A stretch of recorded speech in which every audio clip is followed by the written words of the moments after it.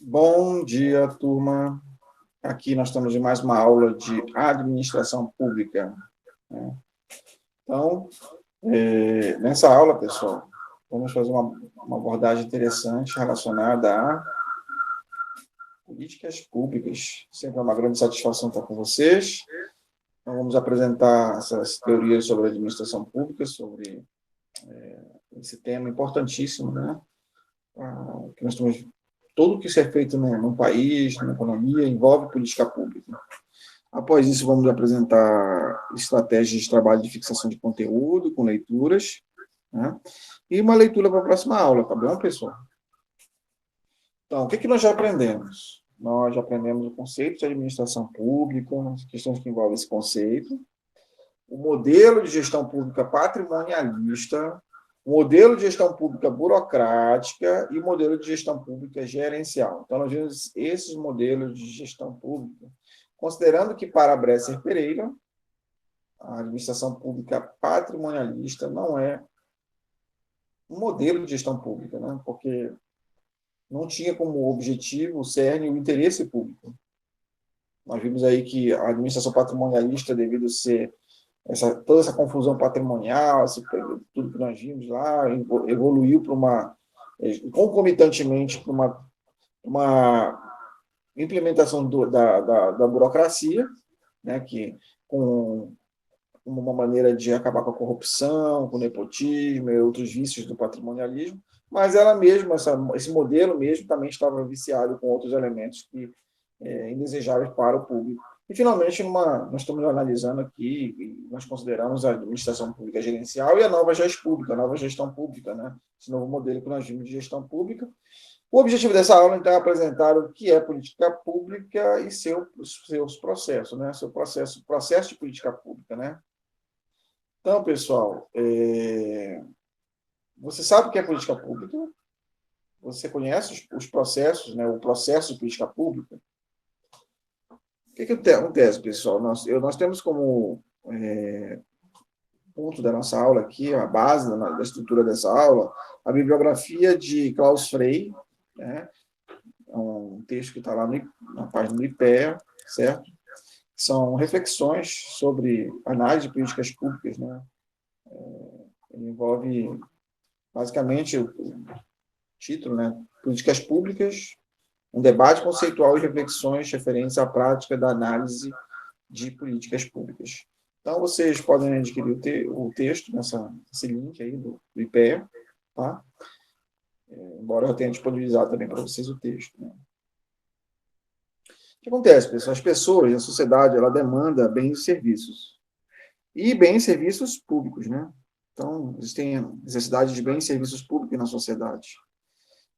Saúde, educação, transporte, saneamento, são todas demandas sociais.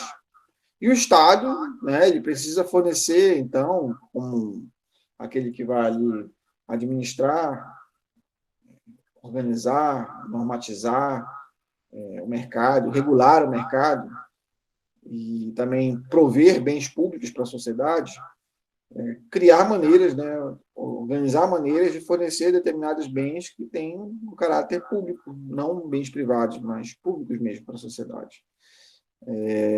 Então, todo o nosso ponto aqui de questão de política pública está relacionado a estas demandas sociais, né? Qual o papel do governo, então?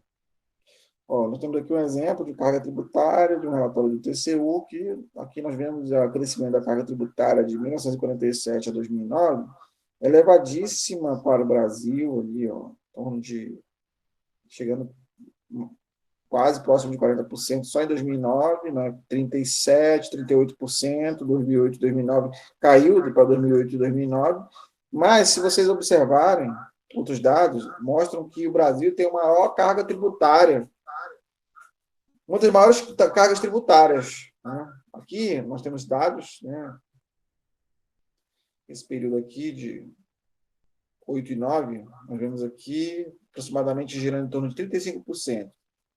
Hoje, a carga tributária está em torno de 40% a 45%, por aí. Mas, quando foi feito esse relatório aqui do TCU, observa aqui, países de primeiro mundo, como a Noruega, tem quase 60% a carga tributária. A Irlanda, 37%. Olha só, Suíça, 34%, igual, próximo do Brasil aqui. Alguns aqui é mais do que do Brasil. Ó. Dinamarca, 55%. A Suécia, 56%. Finlândia, 53%. Vocês estão observando, pessoal? A gente está falando de tudo que é produzido do PIB, da produção de bens e serviços da sociedade, o governo tributando mais de 50% aqui, olha a carga tributária. 53% do PIB da Finlândia. Países de primeiro mundo aqui. Estados Unidos, quase 30%. Ó. Reino Unido, 41%. Canadá, 33%. Austrália, 31%. Olha a França aqui. 50% do PIB é tributado aqui. Ó. Alemanha, 44% do PIB da Alemanha é tributado. Itália, 46%. Eu estou pegando, olha, vários países desenvolvidos. Espanha, 41%. Nova Zelândia, 36%. Israel, 37% do PIB.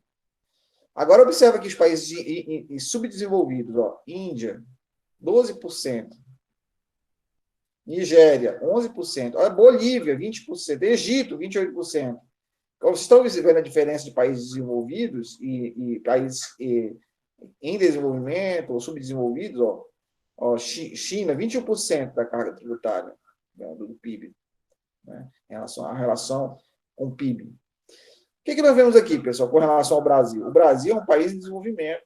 Olha a carga tributária do Brasil diante desses países aqui em desenvolvimento, aqui, ó, da América Latina. É maior. Mas qual é o problema aqui no Brasil? O tributo ele não retorna para a sociedade na forma de bens e serviços como retorna para esses países aqui. Olha aqui. Ó. Esse é um grande problema. O tributo não retorna para a sociedade, pessoal, na forma de bens e serviços. Isso é um problema seríssimo, pessoal. Ou seja, uma boa parte disso aí se perde na burocracia, no processo político, nas instituições, para que as instituições funcionem, operem para poder chegar esse recurso até a sociedade, ou então com corrupção e desvio de dinheiro. Esse é um grande problema. Se o governo, quando chama essa responsabilidade para si, ele tem o papel de fornecer bens e serviços para a sociedade, públicos, né? Ele precisa arrecadar, mas também o fruto dessa arrecadação precisa chegar para a sociedade. E aí nós vemos um problema seríssimo não chegando para a sociedade essa arrecadação. Isso é um problema sério, pessoal. Tá? Então, nós vamos aqui. Qual é o papel do governo diante disso? Né?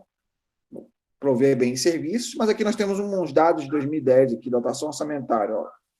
Qual a dívida brasileira? 47%.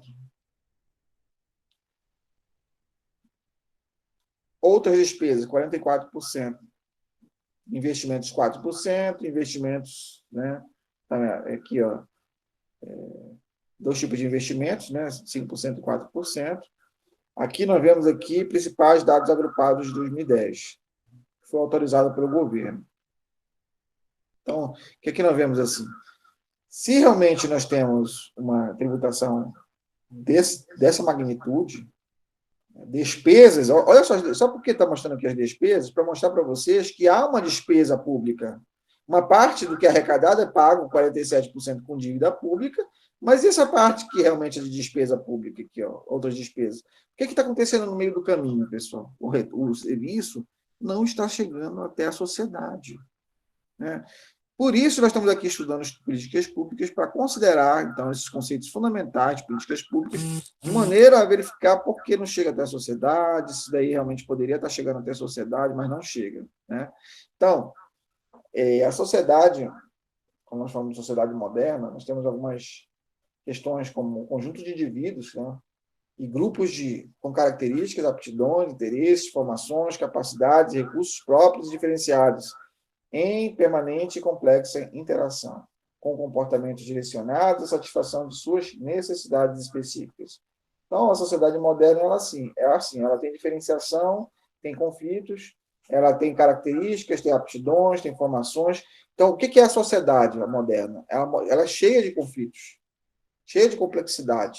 É isso que nós precisamos perceber, primeiramente, antes de começar o estudo, que a sociedade ela é complexa e as pessoas elas têm a necessidade de satisfazer suas determinadas questões próprias delas, né? Então, diante desse conflito, para poder dirimir, ou pelo menos minimizar o conflito, existe o processo de coerção e o processo de política.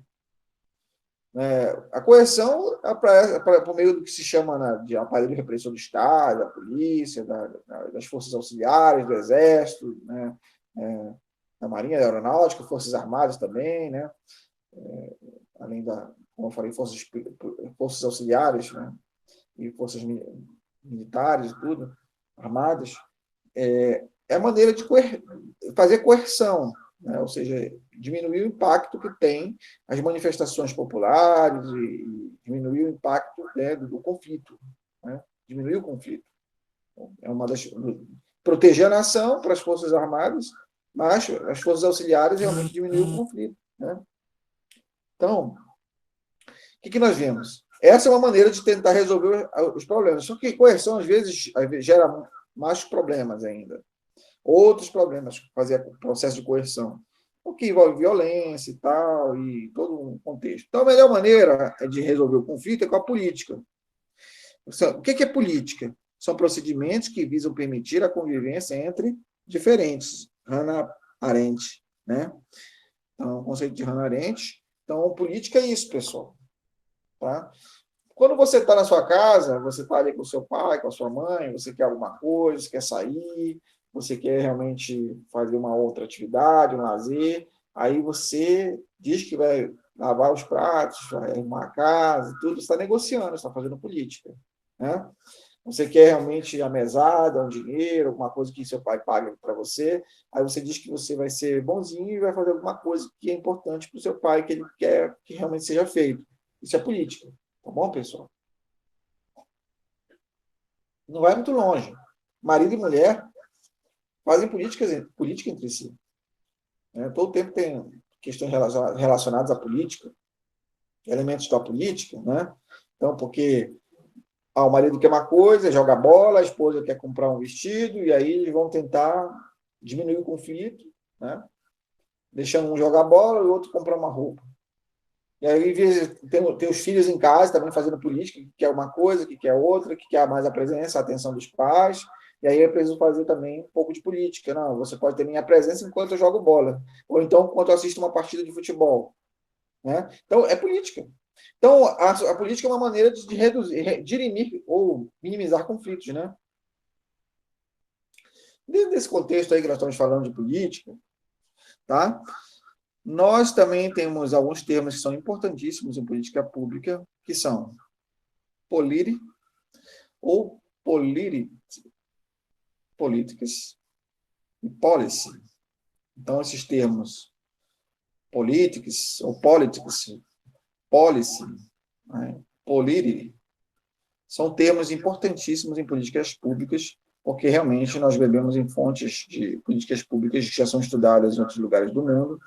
Esse aqui, nós estamos, como eu falei, a nossa base é Klaus Frey, esse texto aí que vocês podem pegar no IPEA, em que nós temos essas três divisões. Quando nós falamos em polity, a dimensão institucional se refere à ordem do sistema político, delineada pelo sistema jurídico e à estrutura institucional do sistema político-administrativo.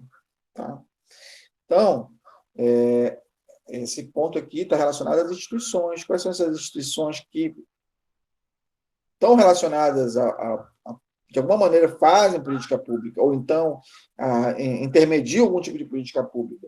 O Ministério Público tem algum tipo de atuação de política pública. A Defensoria Pública também, de certa maneira. Não é especificamente para políticas públicas.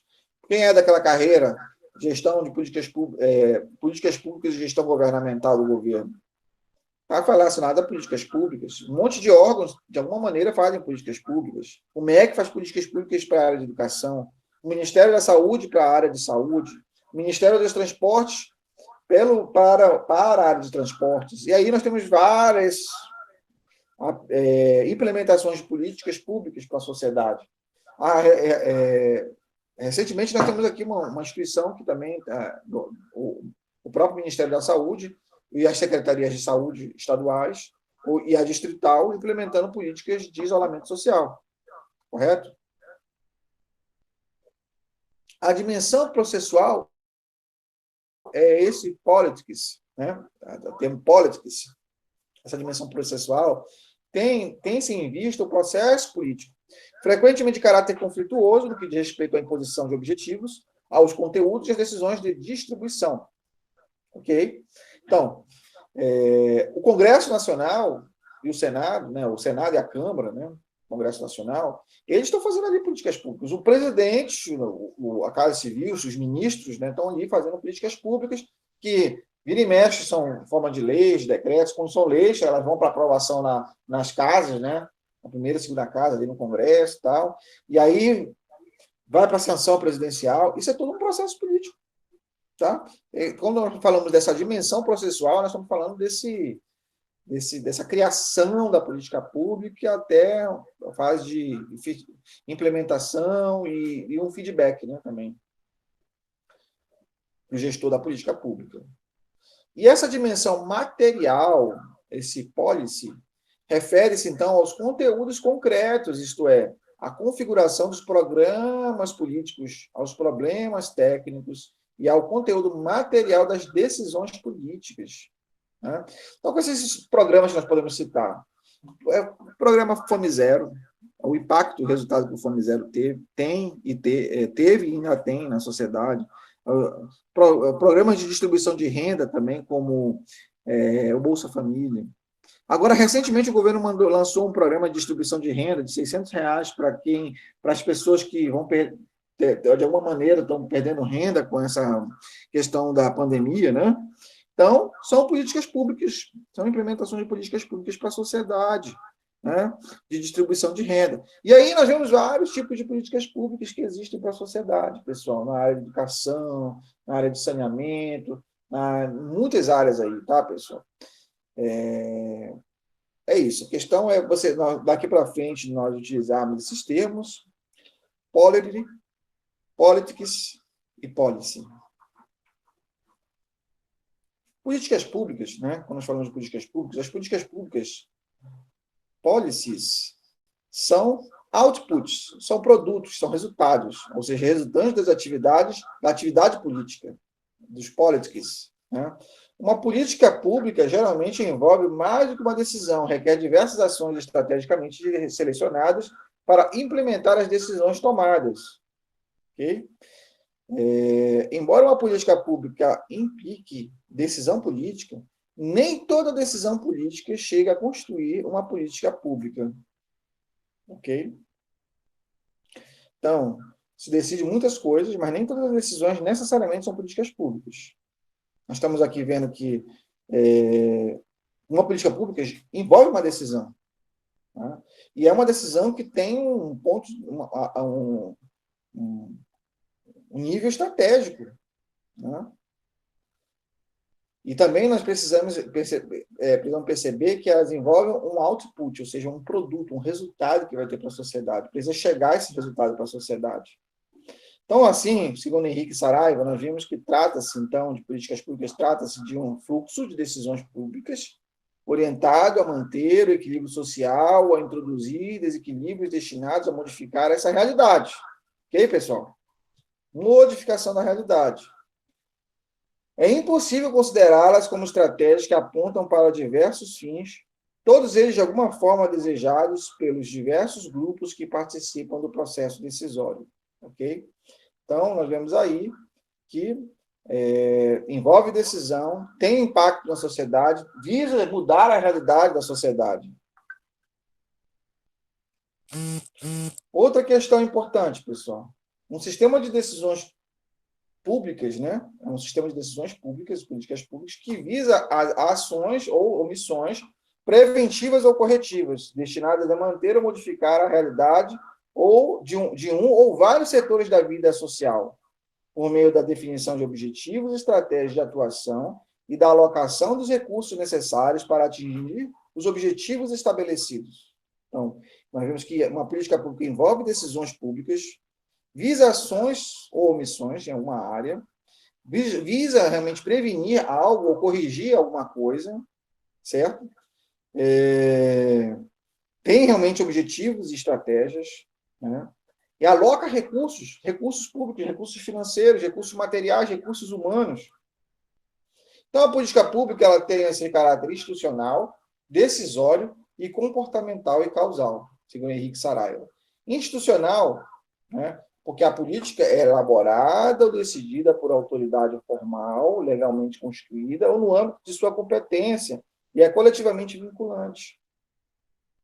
Então, as instituições elas têm ali um papel importante no processo de decisão da política pública.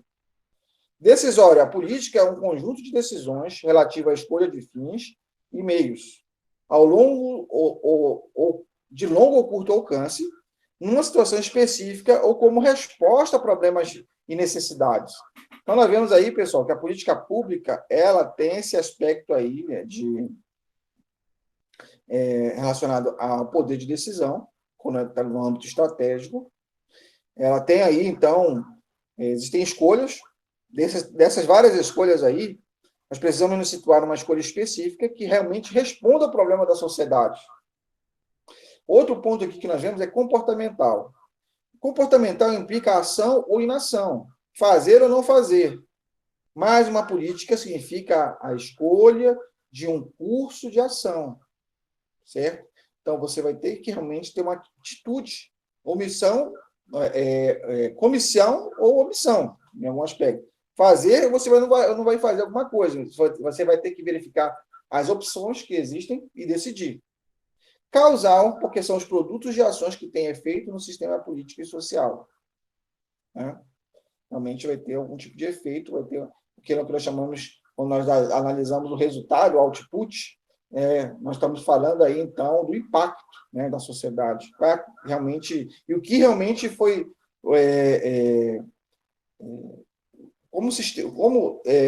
quais os efeitos no sistema político e social dessa política? Quais os impactos que teve? Né? Então, aqui nós vemos, pessoal, políticas públicas, os outputs do sistema político, né? Ou seja, os produtos do sistema político. Nós temos aqui que existem inputs e outputs. Existem as entradas, existem as saídas. Existem os insumos e os produtos. Os inputs são os insumos, os outputs são os produtos. Né? Então, o que incentiva, estimula, quais são os elementos externos que motivam aquela política pública?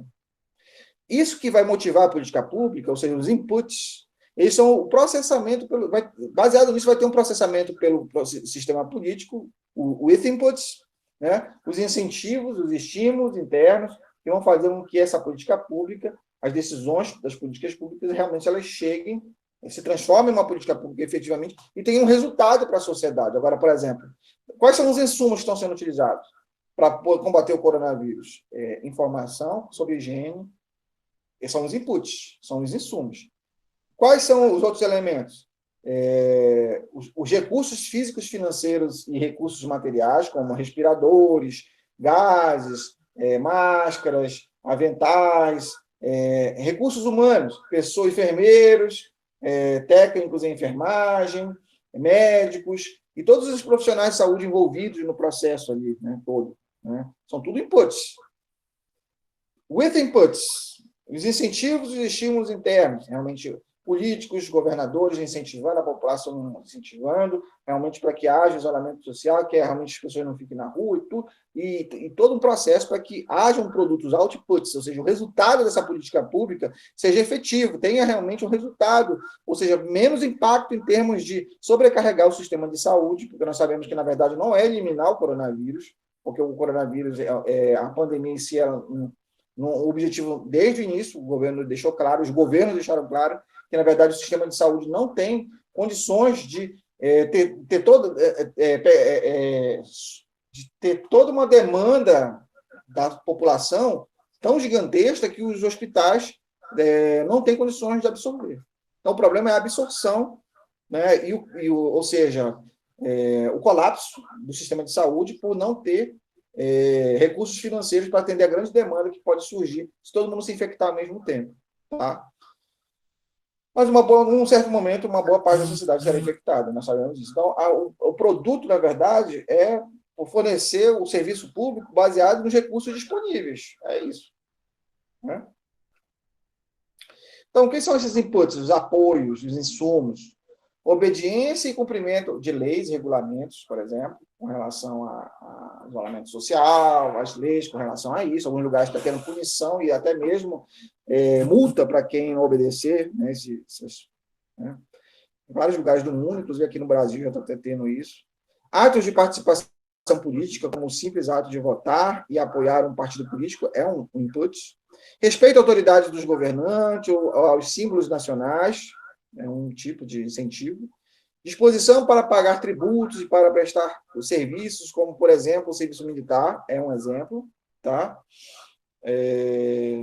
Outro exemplo aqui que nós podemos citar é a participação em manifestações públicas. São exemplos todos, segundo Graças Rua, são exemplos de apoios, inputs. Né? Além disso, considerando as demandas, reivindicação de bens e serviços, como saúde, educação, transporte, segurança pública, previdência social. Então, todas as demandas que nós estamos precisando de saúde, estamos precisando de mais educação, de um sistema de vacinação e tal, de todo um processo realmente de distribuição de renda, são demandas. A exigência de desenvolvimento social e econômico, demandas por participação no sistema político, certo? Exigência de um maior controle da corrupção e de mais transparência pública, são exemplos de inputs. Ok, pessoal? Demandas pela atuação de regulamentar o setor público, também são exemplos de inputs. Ok?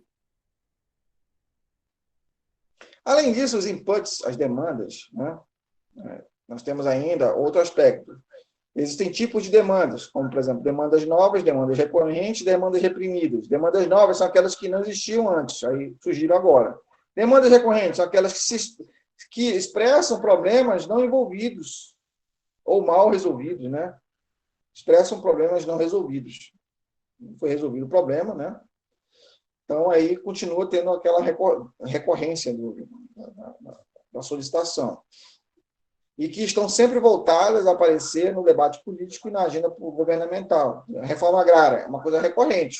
Aí você vê a MST e tal, um grupo de pessoas solicitando que tem que ser feita a reforma agrária e tudo, perere parará, né? Então, existem também as demandas reprimidas, são aquelas constituídas por estados de coisas ou por não decisões. Uma situação pode existir durante muito tempo, incomodando grupos de pessoas e gerando insatisfação, sem, entretanto, chegar a mobilizar autoridades governamentais. O estado de coisas é algo que incomoda, prejudica e gera insatisfação para muitos indivíduos, mas não chega a constituir um item da agenda governamental, entrar nas prioridades. Aquelas demandas que estão ali, sempre solicitando, de uma certa maneira, existe aquela insatisfação, certo? Mas elas não entram na agenda política. Elas sabe-se que há essa insatisfação com as autoridades, com o governo, com a política, com a falta de fornecimento do bem e serviço, mas não há, então, essa solicitação, tá? de entrar na agenda política. Bom, aqui nós temos a tipologia de Love. A tipologia de Love é a regra, né? É a política pública que determina o processo. Na tipologia de Love, é a política pública que determina o processo. Né? Então, nesse sentido aí, dessa tipologia de Love, nós temos a política pode ser distributiva, redistributiva e regulatórias. As políticas públicas podem ser assim. Né? Então, nós temos esses processos que existem nas políticas públicas. Na distribuição, a partir da constatação, né, de que os sistemas econômicos não geram por si só a distribuição mais justa e equânime das riquezas neles produzidas, os estados, como promotores do bem comum, tratam de atenuar as situações de injustiça e desigualdade social. E, por isso, são políticas de baixo conflito, ou seja, política como Bolsa Família. Tem baixo conflito, busca realmente ser mais equânime, promover equidade, né, diminuir a desigualdade social, questão da injustiça em relação à questão de distribuição de renda. Então, Bolsa Família, como outros programas, Fome Zero, tudo, são políticas de distribuição de renda.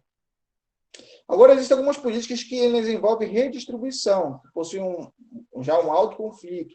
Por exemplo, você falar assim de renúncia fiscal, o governo renunciar impostos, ou renunciar questões tributárias, que são obrigação das empresas pagarem. Ele não vai fazer renúncia fiscal facilmente. Ou, por exemplo, no próprio processo político, fazer reforma tributária. Quando você fala de reforma tributária, você está falando o seguinte: você está dizendo que alguns não vão deixar de receber certo dinheiro da arrecadação, e vai existir vários interesses envolvidos ali também, na reforma tributária, né? Regulatória, envolve normatização e fiscalização em termos de conflito, né? Nesse caso aí, algumas coisas vão depender, né? Porque a regulatória,